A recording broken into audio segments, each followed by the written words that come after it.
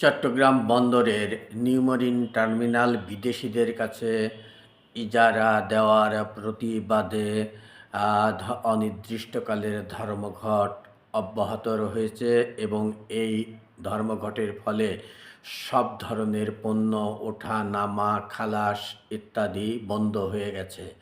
ফলে বন্দরে চরম অচলাবস্থা তৈরি হয়েছে।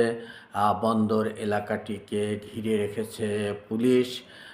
ইতিমধ্যেই দুইজন শ্রমিক নেতাকে আইন শৃঙ্খলা রক্ষাকারী বাহিনী তুলে নিয়ে গেছে বলে অভিযোগ করা হয়েছে এবং শ্রমিকদেরকে হয়রানিমূলক মামলা, হুমকি দেওয়া হচ্ছে বলে শ্রমিক সংগঠনের পক্ষ থেকে অভিযোগ করা হয়েছে।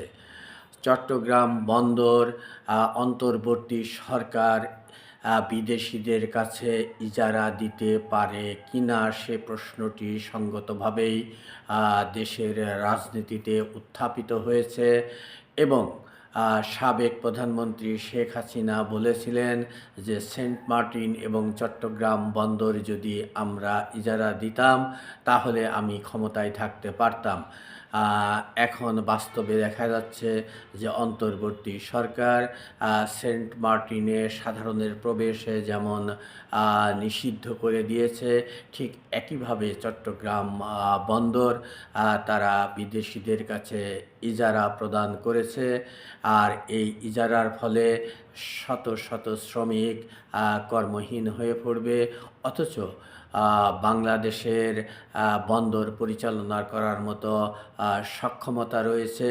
এই সক্ষমতা থাকার পরেও বাংলাদেশের অন্তর্বর্তী সরকার যাদের কাজ ছিল শুধু একটি সুষ্ঠু নির্বাচন পরিচালনা করা, সেই কাজগুলো না করে তারা বিদেশিদের কাছে এই বন্দরকে তুলে দিয়েছেন, যার প্রতিবাদে নিউমেরিং টার্মিনাল এলাকার শ্রমিকরা দীর্ঘদিন ধরেই আন্দোলন করে আসছে এবং তারা নৌ পরিবহন উপদেষ্টার সাথেও বৈঠক করেছেন, কিন্তু গত 2 দিন তারা তাদের কর্মসূচি প্রত্যাহার করে নিলেও এ ব্যাপারে শ্রমিকদের যে দাবিগুলো ছিল সেই দাবিগুলো পূরণ না হওয়ায় তারা আবার অনির্দিষ্টকালের কর্মসূচি ঘোষণা করেছে।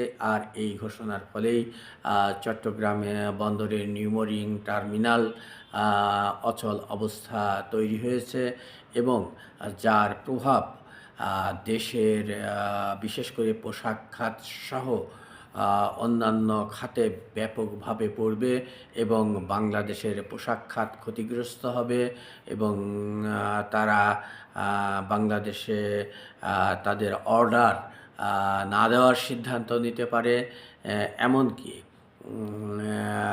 তাদের নির্দিষ্ট সময়ের ভিতরে যদি তাদের পণ্য না পৌঁছে, সেক্ষেত্রে তারা এই অর্ডারগুলো বাতিল করলে হাজার হাজার গার্মেন্টস শিল্প ধ্বংসের মুখোমুখি এসে দাঁড়াবে। সরকারের এই ধরনের একটি কর্মসূচি ব্যাপারে বাংলাদেশের বর্তমান রাজনৈতিক দলগুলো মুখে কুলুপ এঁটে বসে আছে এবং তারা ক্ষমতায় গেলে চট্টগ্রাম বন্দরের ইজারা বাতিল করবে কিনা সে ব্যাপারে কোনো রাজনৈতিক দলই সুস্পষ্ট কোনো বক্তব্য এই মুহূর্তে দিচ্ছে না।